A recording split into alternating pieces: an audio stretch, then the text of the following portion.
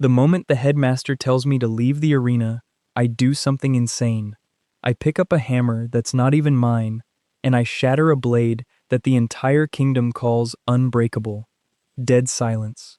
3,000 students, 40 instructors, one furious noble prince standing there with his jaw on the floor, and me, standing in the middle of the wreckage, holding a hammer that's still glowing from the heat of what I just did.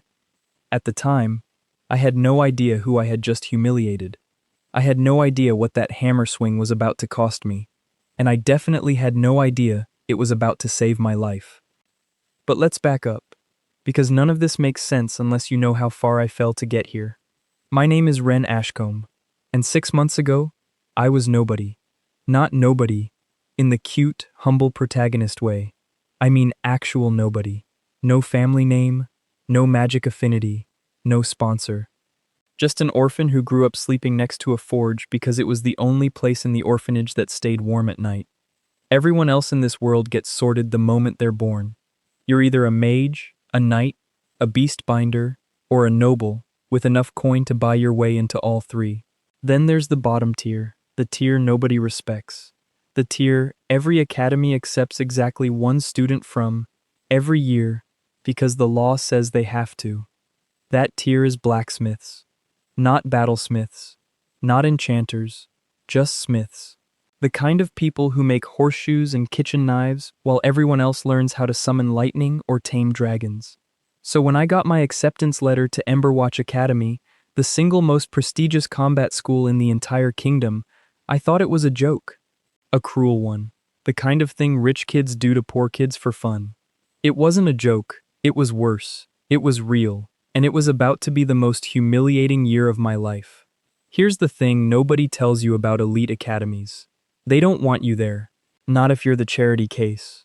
Not if you're the one seat they legally have to fill so the crown doesn't accuse them of discrimination. They let you in the front gate and then they spend the entire year trying to push you back out. My first week, I got assigned to the worst dormitory, below ground, next to the furnace room, which honestly felt like a cosmic joke considering what I was. My second week, my instructor looked directly at me during roll call and said, and I quote, "The smith can sit in the back. He won't be participating in combat drills." My third week, I met the person who was going to make my life a living hell for the rest of the year. His name was Aldrich Voss. Heir to House Voss, one of the 4 ruling noble families, and the top-ranked first-year student in the entire academy. Silver hair, gold eyes, the kind of face that looks like it was carved specifically to be punched. He had a fire affinity so strong that during his entrance exam, he melted a boulder in under 4 seconds. The instructors talked about him like he was already a legend, and he hadn't even turned 16 yet. The first time he saw me, he didn't even look angry. That was the worst part. He looked amused. "This is the charity smith," he said, loud enough for half the courtyard to hear. "They let a hammer swinger into Emberwatch now? What's next? Do they let the janitors compete in the tournament too?" Everyone laughed, not a little, a lot. The kind of laugh that echoes in your head for weeks. I said nothing. I'd learned a long time ago that arguing with people like Aldrich just gives them more material. But here's what nobody in that courtyard knew. Not Aldrich. Not the instructors, not even me, not fully, not yet. I wasn't just a blacksmith. My mother, before she died, left me exactly one thing, a journal, half burned, with a symbol on the cover that I didn't understand until years later. A hammer wrapped in chains of fire, the mark of something called the Emberforged Bloodline. A line of smiths so old and so dangerous that most people assumed they were a myth. Smiths who didn't just shape metal. Smiths who could pour their own soul into it. I didn't know what any of that meant when I was 12. I just knew that sometimes, when I worked the forge late at night, the metal would respond to me in ways it shouldn't. It would glow when it shouldn't glow. It would bend exactly the way I imagined it, like the steel could hear my thoughts. I told myself it was just skill, talent, something I was good at because I had nothing else. I was wrong. It was so much more than talent. And Aldrich Voss was about to find that out the hard way. But that's getting ahead of things. Because before any of that happened, I had to survive the single most humiliating tradition at Emberwatch Academy: the proving. Every year, on the first day of the third month, every first-year student has to step into the arena and demonstrate their combat skill in front of the entire school. Instructors, nobles, even a few royal observers who show up specifically to scout future soldiers. The students who impress get sponsorships, titles, fast-track training with the strongest mentors in the kingdom. The students who don't impress get quietly forgotten, shuffled into support roles, told, without anyone actually saying it out loud, that they don't matter. And me? I wasn't even supposed to participate. Smiths never fight in the proving. We're support class. We're supposed to stand off to the side, ready to repair weapons for the real combatants. That would have been fine. Humiliating, but fine. I could have survived a year of being invisible. Except Aldrich had other plans. 2 days before the proving, he cornered me outside the forge hall with 3 of his friends flanking him like bodyguards. I remember the smirk on his face like it happened yesterday. I heard Smiths don't fight in the proving, he said. Shame. I was hoping to see what a hammer swinger looks like when he's actually scared. I'm not scared of you, I said. Which, okay, wasn't entirely true, but I wasn't about to hand him that satisfaction. No? He stepped closer. Then prove it. I'll have the headmaster add you to the roster. Charity case versus the #1 ranked student in the school. Should be a short fight. I should have said no. I should have walked away and let it go, the way I'd let go of 100 insults before that one. Instead, I said yes. Big mistake. Or so I thought. The next 48 hours were a blur of dread. I barely slept. I spent every waking hour in the forge, not training combat, because I had no combat training, but doing the only thing I actually knew how to do: working metal, trying to build something, anything, that might give me a fighting chance against a noble prodigy who could melt stone with his bare hands. That's when it happened, the moment that changed everything. It was close to midnight. I was hammering out a blade from a scrap of iron nobody wanted, and I was so tired, so frustrated, so sick of feeling powerless, that something in me just snapped. Not in a bad way. In a way I still can't fully explain. The metal started to glow, not from the forge fire, from something else, something coming from inside me, pouring out through my hands and into the steel, like heat rising off skin. The blade that came out of that forge that night wasn't iron anymore. It was something else entirely, lighter than it should have been, sharper than anything I'd ever made, and when I held it, I swear I could feel it humming, like it was alive, like it was waiting for me to tell it what to do. I didn't understand it yet. I didn't have a name for it yet. All I knew was that for the first time in my life, I held something in my hands that made me feel like I wasn't nobody. I named it later, Fang, and it was about to walk into that arena with me and completely rewrite the story everyone thought they already knew about the charity smith. The day of the proving arrived faster than I wanted it to.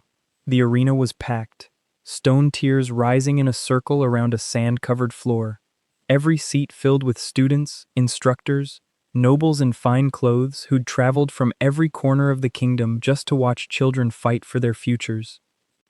I stood at the edge of the arena floor with Fang strapped to my back, and I have never in my life felt more out of place. Every other first year was dressed in combat gear that cost more than everything I owned combined. I was wearing a smith's apron over patched clothes, because that's all I had. Somewhere in the crowd, I heard someone laugh. Is that a joke? He's still wearing his work clothes. Another voice. Poor kid doesn't even own real armor. I kept my eyes forward. I found Aldrich standing across the arena, arms crossed, that same amused smirk on his face, like this whole thing was beneath him. Like stepping into the ring with me was an inconvenience, not a fight. Try not to embarrass yourself too badly, he called out. I'll try to make it quick. The horn sounded. The proving began. Here's what I remember most clearly. The first 3 seconds, before either of us moved, everything went completely silent in my head. No fear, no doubt, just me, and the blade on my back, and a strange, quiet certainty that I was about to surprise every single person in that arena. Aldrich moved first. Fire erupted from his palms, a wall of flame rushing straight at me, fast enough that half the crowd gasped before I even had a chance to react. I didn't dodge. I didn't have time to dodge. Instead, without thinking, I pulled Emberfang off my back and swung it directly into the flame. The fire split, not extinguished. Split, like the blade had carved a path straight through it, and the two halves of Aldrich's attack roared past me on either side, scorching the sand but leaving me completely untouched. The arena went dead quiet. Aldrich's smirk finally cracked. Just slightly. That's not possible. Guess it is, I said, and honestly, hearing my own voice come out that steady surprised me more than anyone. He came at me again, faster this time, fire wreathing both his fists like gauntlets. I still had no formal combat training. I had never been in a real fight in my life, but something about holding that blade made my body move like it already knew what to do, like the weapon itself was teaching me in real time. I blocked his first strike. The impact sent a shockwave through my arms that nearly knocked me flat, but Emberfang didn't so much as scratch. I blocked his second strike, then his third. Each hit should have overwhelmed me. Each hit should have ended the fight in Aldrich's favor within seconds, the way everyone expected. It didn't happen, and with every exchange, I watched his confidence crack a little more. "Why won't you go down?" he snarled, sweat starting to bead on his forehead now, actual effort showing on a face that had never needed to try before. I didn't answer him. I was too busy trying not to die. But then, right in the middle of the fight, something shifted. I felt it before I understood it. A pulse from the blade, warm and insistent, like it was telling me something. And in that instant, I understood exactly where his next strike was going, before he even threw it. I sidestepped. His fire punch sailed past my shoulder, missing completely, and in the opening that left, I swung Emberfang in a single clean arc. I didn't hit him. I want to be clear about that, because the next part is the moment everyone in that arena still talks about. I hit his weapon. Aldrich carried a ceremonial blade passed down through House Voss for 4 generations. A sword forged from something called storm steel, supposedly unbreakable, supposedly enchanted by the greatest smiths the kingdom ever produced. Emberfang went through it like it was made of glass. The shattering sound echoed through the entire arena. Shards of storm steel rained down onto the sand, catching the light, and for a moment, nobody moved. Nobody breathed. Aldrich stood there staring at the broken hilt in his hand, like his entire understanding of the world had just cracked along with it. That's when the headmaster stood up and shouted for me to leave the arena immediately. Not because I'd broken any rule, because what had just happened wasn't supposed to be possible, and the entire faculty had no idea what to do with a student who'd just done the impossible with a hammer he built himself. I told you at the start I did something insane. That was it. That was the moment. Standing in the wreckage of a 4-generation family heirloom, holding a blade nobody understood, with the number 1 ranked student in the academy staring at me like I was a ghost. The silence didn't last. It never does. The first sound to break it was laughter, not mockery this time. Disbelief. Someone in the upper stands started laughing hysterically, the kind of laugh people make when their brain physically can't process what their eyes just saw. Then another voice. Then 100 voices, all talking over each other, all asking the same question. Who is that kid? I stood frozen in the center of the arena, Emberfang still humming faintly in my grip, and for the first time in my entire life at that school, every single eye was on me. Not with pity, not with disgust, with something I didn't even recognize at first because I'd never experienced it directed at me before. Respect, or at least the beginning of it. Aldrich didn't share the sentiment. He stood there staring at the broken hilt of his family sword, and I watched something shift behind his eyes. The amusement was gone completely. What replaced it was colder, sharper, the look of someone who had just realized the story he'd been telling himself about his own greatness had a hole in it he never accounted for. "You cheated," he said quietly. Then louder. He cheated. That blade is illegal. It has to be enchanted. There's no way a first-year smith built something that can shatter storm steel. The headmaster called for order. Instructors rushed down from the stands. And in the chaos, I got dragged out of the arena before I could even process what had just happened, hauled into a private chamber beneath the academy, where 3 senior faculty members proceeded to interrogate me for 2 straight hours. Where did I get the blade? Who taught me to forge it? Was it stolen? Was it enchanted by someone else and I was just carrying it? Did I have any idea what I'd just done to a noble family's honor? I told them the truth, because I genuinely didn't have anything else to tell them. I made it myself, 2 nights ago, in the academy forge, alone. They didn't believe me, not at first. One of the instructors, a stern woman named Instructor Varen who taught weapon theory, examined Ember Fang under magical scanners for nearly an hour, muttering to herself the entire time, before she finally set the blade down and looked at me like I'd grown a second head. "This isn't enchanted," she said slowly. "There's no spell matrix, no runes, no external magic signature at all." "Then how?" one of the other instructors started. "The magic isn't on the blade," Varen said. "It's in it. Woven into the metal itself, at a level I've genuinely never seen before. This wasn't forged, this was given a soul." That's when I found out what my mother's bloodline actually meant. Varen had spent decades studying obscure smithing lineages, and the moment she said the word Emberforged, I watched her face change completely. She pulled a dusty book from a locked cabinet, one that hadn't been opened in what looked like years, and showed me an illustration that matched the exact symbol from my mother's journal, a hammer wrapped in chains of fire. "The Emberforged line was thought extinct," she said. "Legendary smiths who didn't just shape weapons. They imbued them with a fragment of their own life force. Every weapon they made became an extension of themselves, unbreakable by conventional means, because breaking it meant breaking a piece of the smith's own soul." I sat there in stunned silence while she explained something that reframed my entire childhood. Every strange moment at the forge, every time metal bent exactly the way I willed it, every unexplainable success I'd written off as luck or skill. It was never luck. It was inheritance, a power so rare that the kingdom had assumed it died out generations ago, and I had just accidentally revealed it to the entire academy by shattering a noble family's 4-generation heirloom in front of 3,000 witnesses. Great. Just great. Word spreads fast in a school full of teenagers with nothing better to do than gossip, and by the time I walked out of that interrogation chamber, the entire campus already knew 3 different exaggerated versions of what happened. In one version, I'd summoned a demon to forge the blade. In another, I'd secretly been a disguised noble the whole time, testing everyone.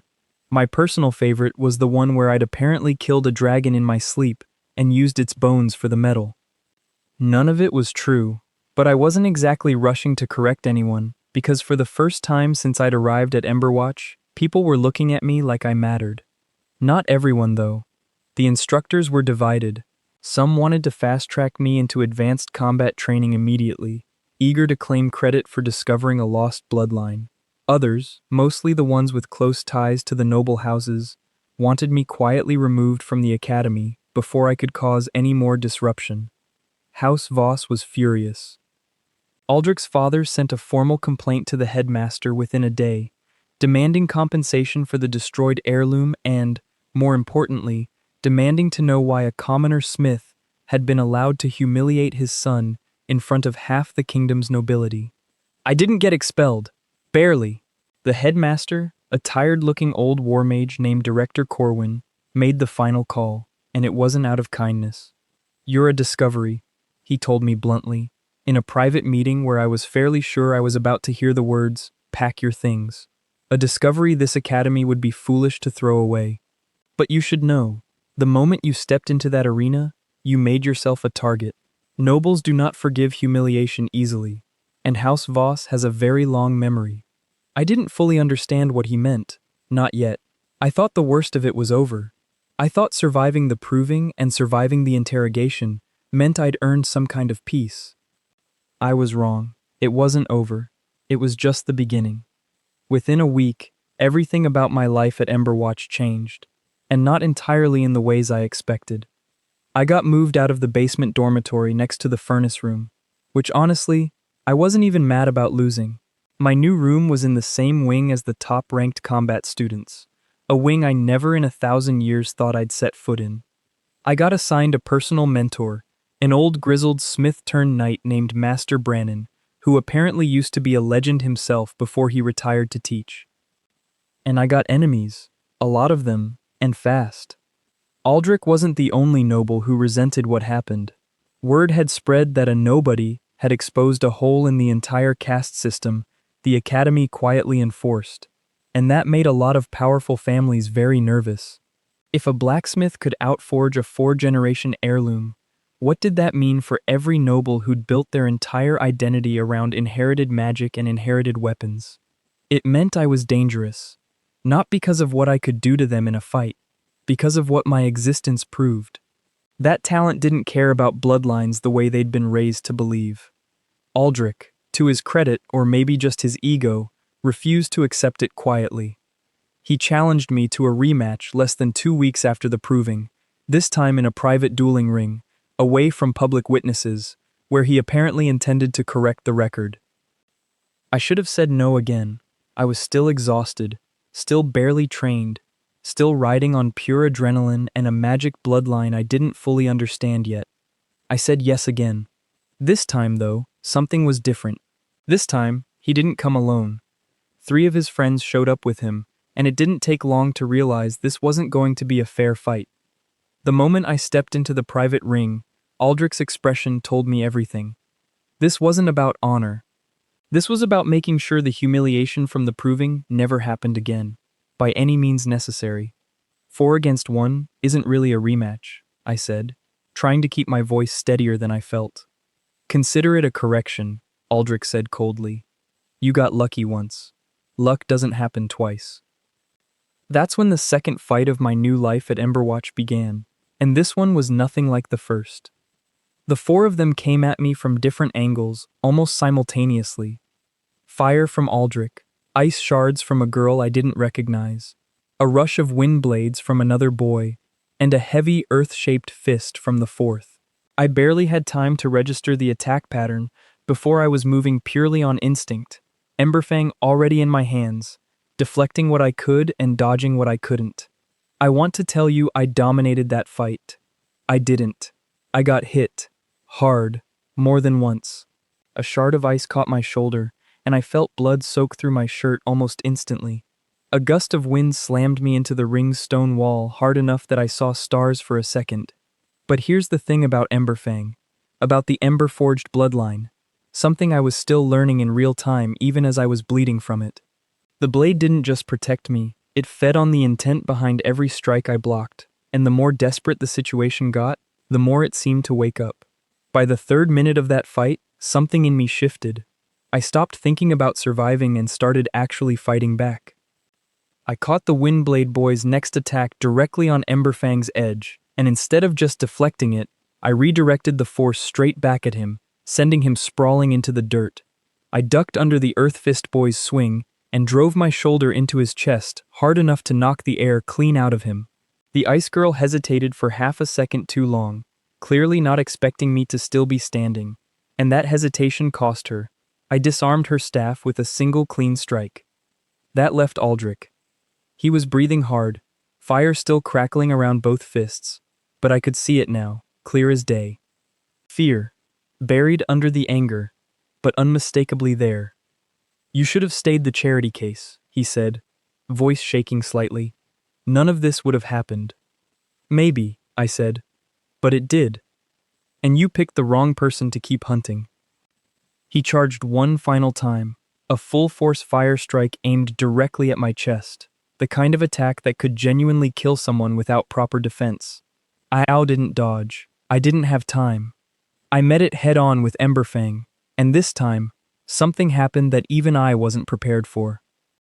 The blade didn't just block the flame, it absorbed it, drank it in like the fire was fuel, and for one terrifying, exhilarating second, I felt the heat pour into me, instead of away from me, felt Fang practically singing with the energy.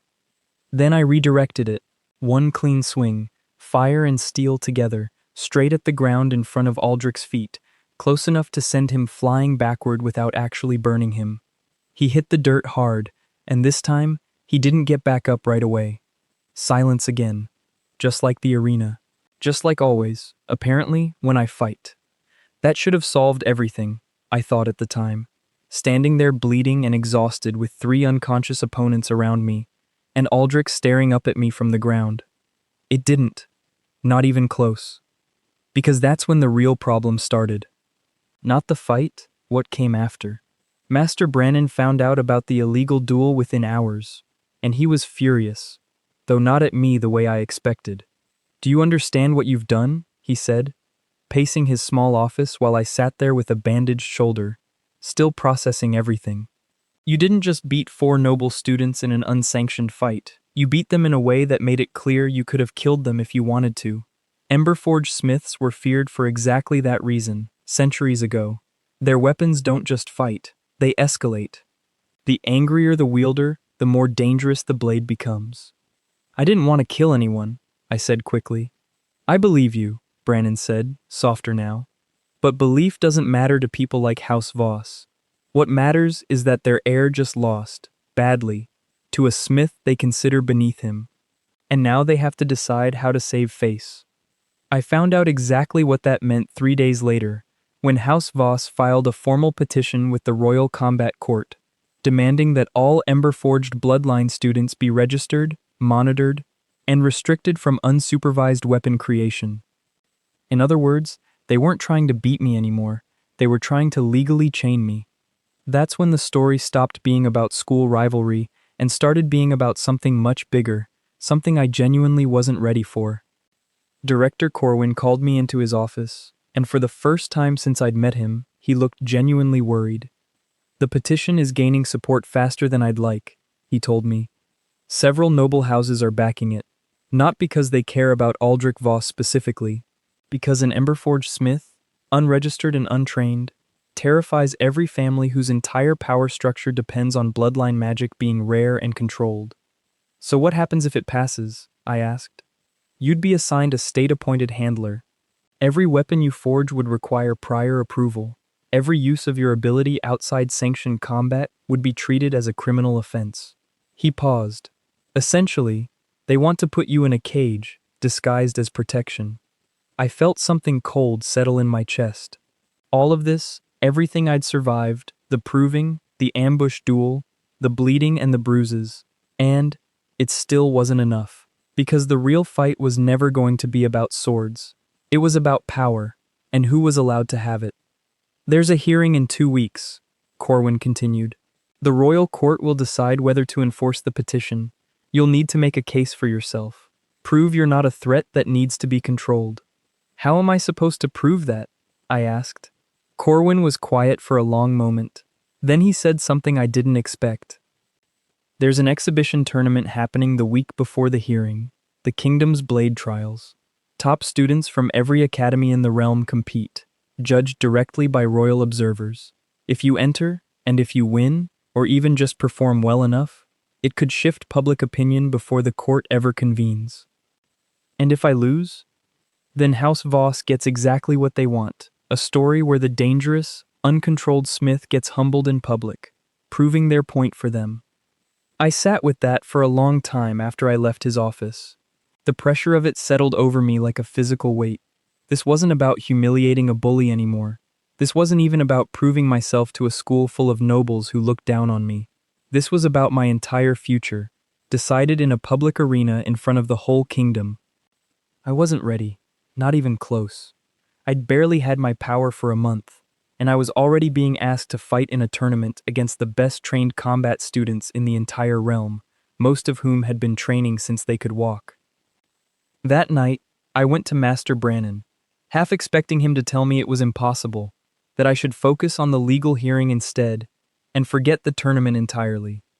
He didn't say that. Instead, he set 2 things on the table in front of me: a second, unfinished journal, one I'd never seen, and an old, cracked hammer that looked like it had seen centuries of use. Your mother wasn't the only Emberforged smith I ever knew, he said quietly. I froze. What? I trained under one, decades ago, before the bloodline was assumed extinct. This was her hammer. He slid it toward me.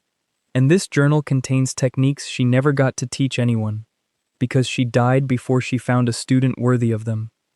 My hands were shaking as I opened the journal. Pages of diagrams, forging techniques, notes on how to actually control the Emberforged gift instead of just reacting to it instinctively the way I had been. Why didn't you tell me this before? I asked. Because I wasn't sure you were ready to hear it, Brannon said. I am now. We have 2 weeks. It's not enough time to master this, but it's enough time to make sure you walk into that arena as more than just a lucky brawler. That's when the training truly began, and it was nothing like the proving or the ambush duel. This was 2 weeks of pure, grueling work. Pre-dawn forging sessions before classes, evening combat drills that left me too exhausted to even eat dinner some nights. Brannon pushed me harder than anyone ever had, not out of cruelty, but because he understood exactly how little time we had. I learned to actually control Emberfang's fire absorption instead of triggering it purely by accident. I learned how to forge smaller, faster secondary weapons on the fly, something Brannon called field smithing, a technique so rare that even most Emberforged smiths in history never mastered it. I learned that the bloodline's real power wasn't just in the weapons themselves, but in the bond between smith and blade, a bond that grew stronger the more I understood who I actually was. And somewhere in those 2 brutal weeks, I gained something I genuinely didn't expect. An ally. Her name was Sarah Windholt, the Academy's top-ranked swordswoman, someone I'd only ever seen from a distance before all of this started. She found me one evening, half-collapsed near the training grounds, after an exhausting session with Brannon, and instead of walking past like every other noble-adjacent student usually did, she sat down next to me. You looked like you were about to pass out, she said, handing me a canteen of water. Wasn't planning on giving anyone the satisfaction, I said, half joking, mostly exhausted. She laughed, and it caught me off guard, because it was the first genuinely warm sound I'd heard directed at me since I arrived at Emberwatch. I watched the duel, she said, more serious now. The one with Aldrich and his friends.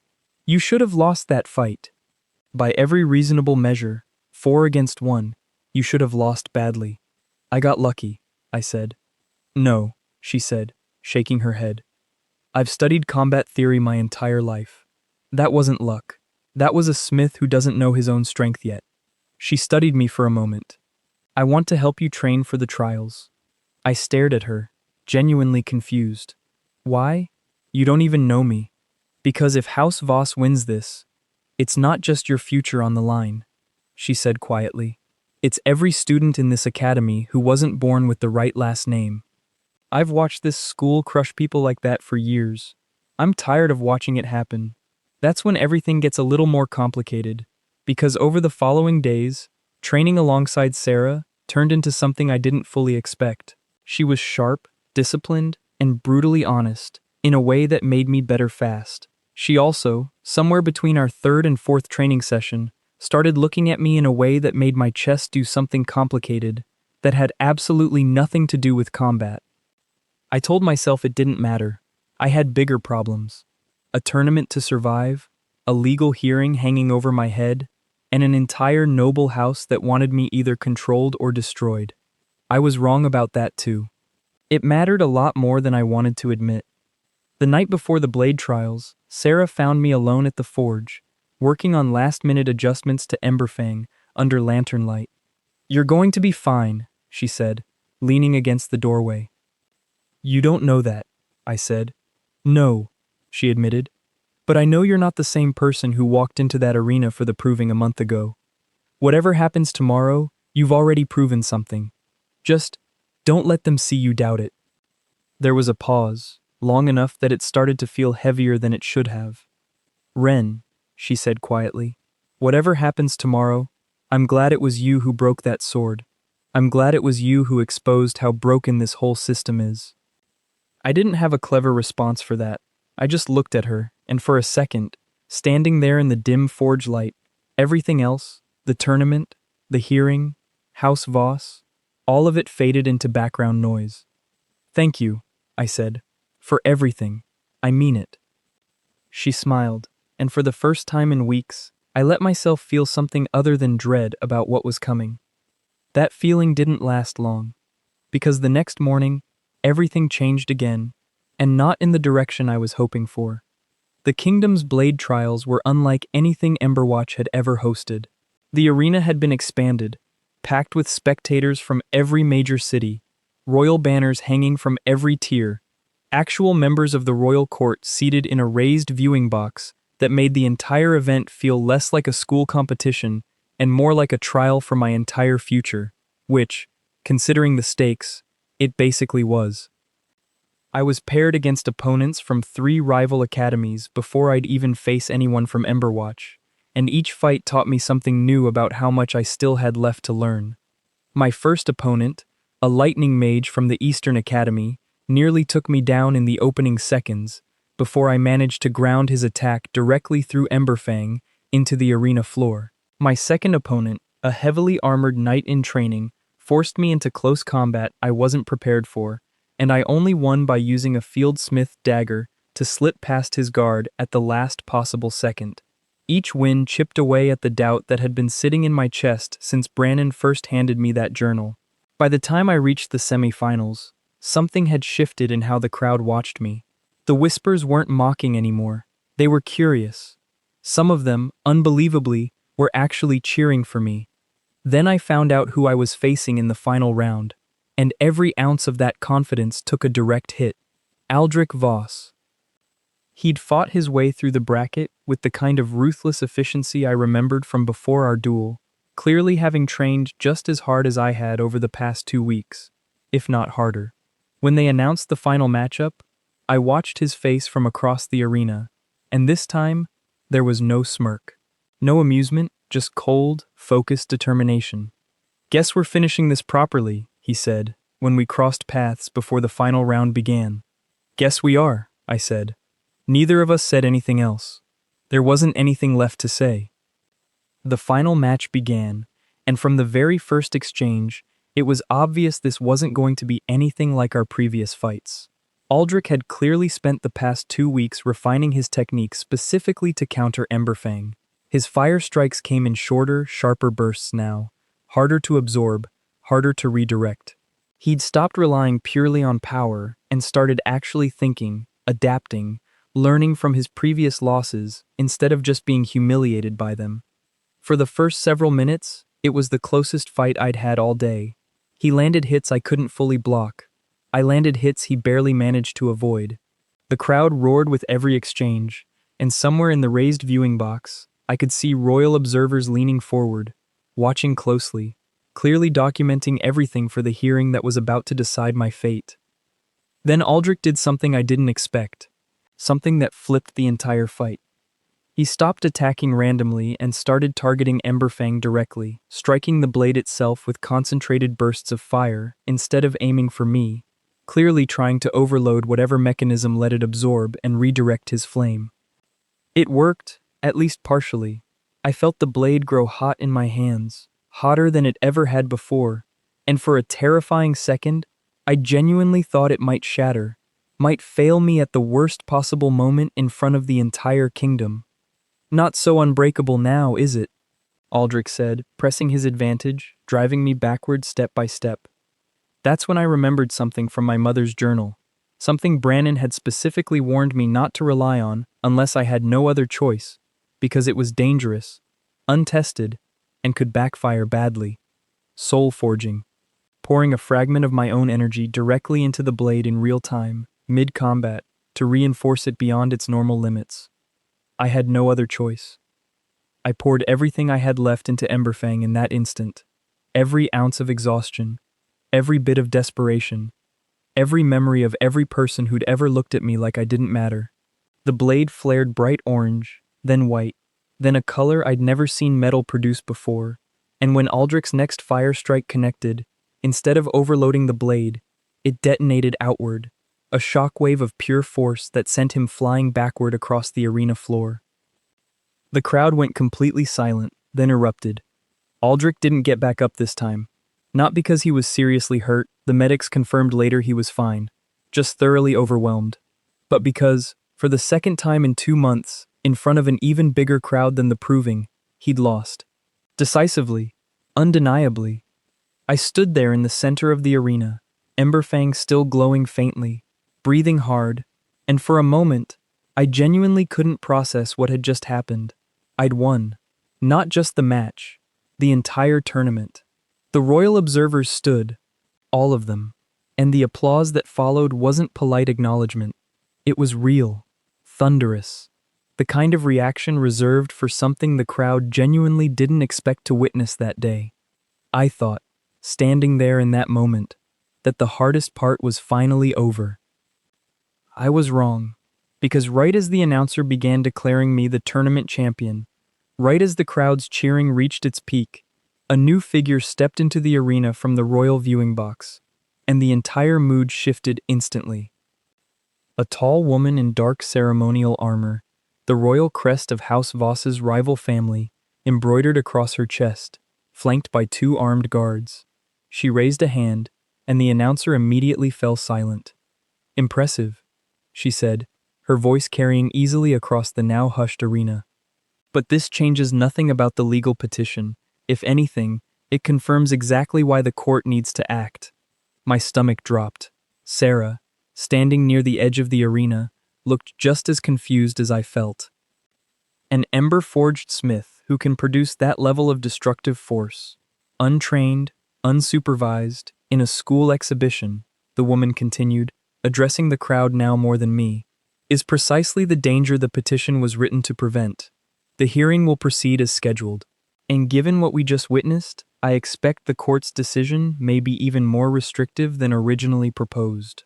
The applause died in an instant, replaced by murmurs, uncertainty rippling through the crowd like it was second-guessing everything it had just celebrated 30 seconds earlier. I'd won the tournament, and somehow, impossibly, that victory had just become the strongest piece of evidence against me.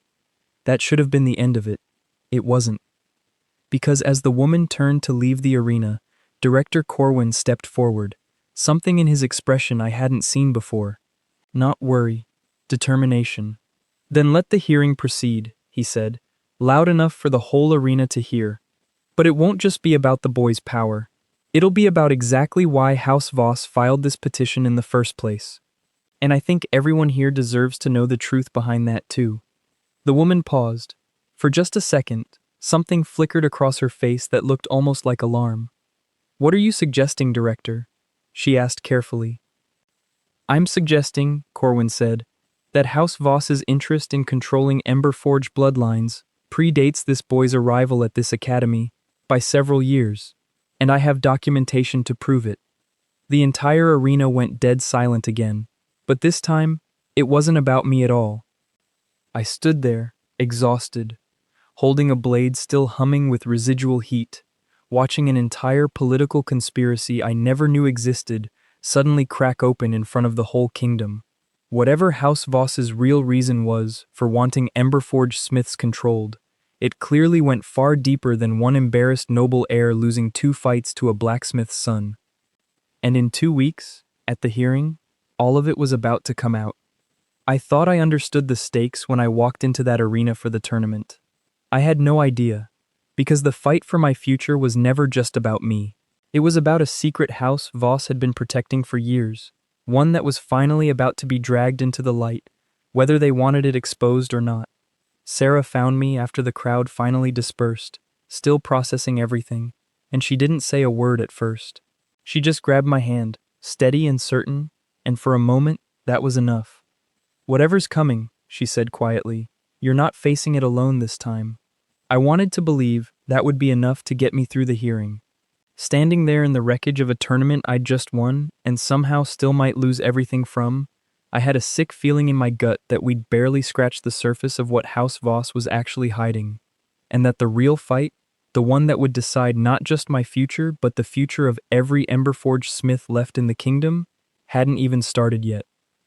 The hearing was 2 weeks away, and whatever secret Director Corwin was about to expose, I had a feeling it was going to change everything I thought I knew. about why I was really brought to Emberwatch Academy in the first place.